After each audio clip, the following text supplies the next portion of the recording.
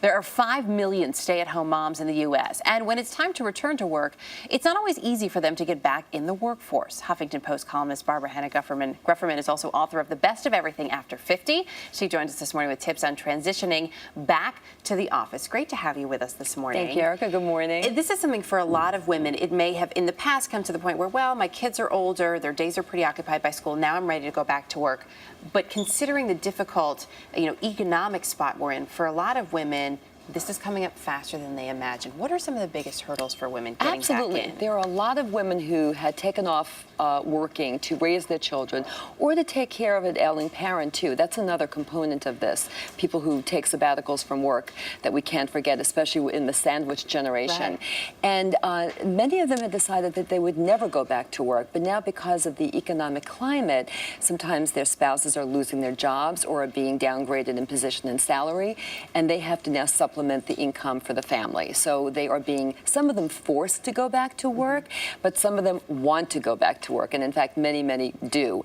And it is a challenge. A double whammy, too, is that many of the women who took off to raise their children and took off for maybe 10 years, 12 years, are now finding themselves in their late 40s, close to 50, and then a double whammy. They're a little older, and they're also not employed. And another challenge for them, too, is that corporations are still not accepting the fact that women have a lot of value and a lot to add to companies when they have been off for a number of years as they've been running. Taking time off, really. In fact, the last 12 months of the jobs that became available, 90% went to men because corporations tend to be more sympathetic to men who are unemployed and women who are unemployed. And this is a big issue. That is a big issue. So then let's help women out there get back to work, get back on that career track. You have a number of tips for us. The first one being, to make it a smooth transition, you have to create your own board of directors. What does that mean? This is an incredible idea. When I was thinking about what I was going to do when I hit 50, I had been out of work for a couple of years, taking my sabbatical, and I decided, well, I think I'm going to write this book. But I had some doubts because that also happens to women. They have doubts about their abilities, they have fear, and I decided to call a brand Barbara meeting. I pulled together 3 women who are, I think, brilliant, and I said, I'm taking you to dinner, and let's talk about me.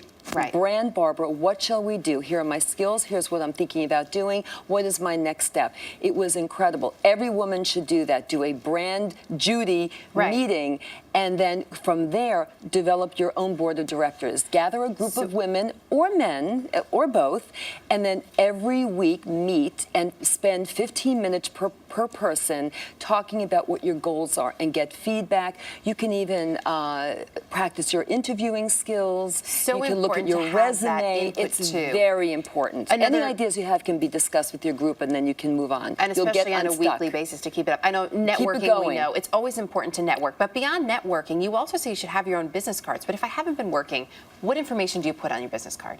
You have to have just a calling card. In fact, that's very much in vogue right now.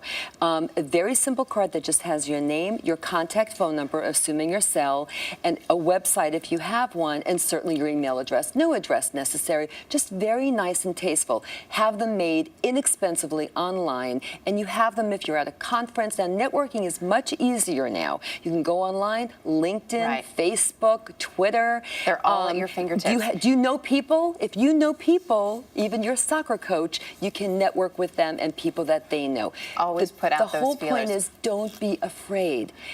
The power of asking for help is essential. Great tips this morning. We're going to put more of them on our website. Thanks for coming in this morning. Thank you very much.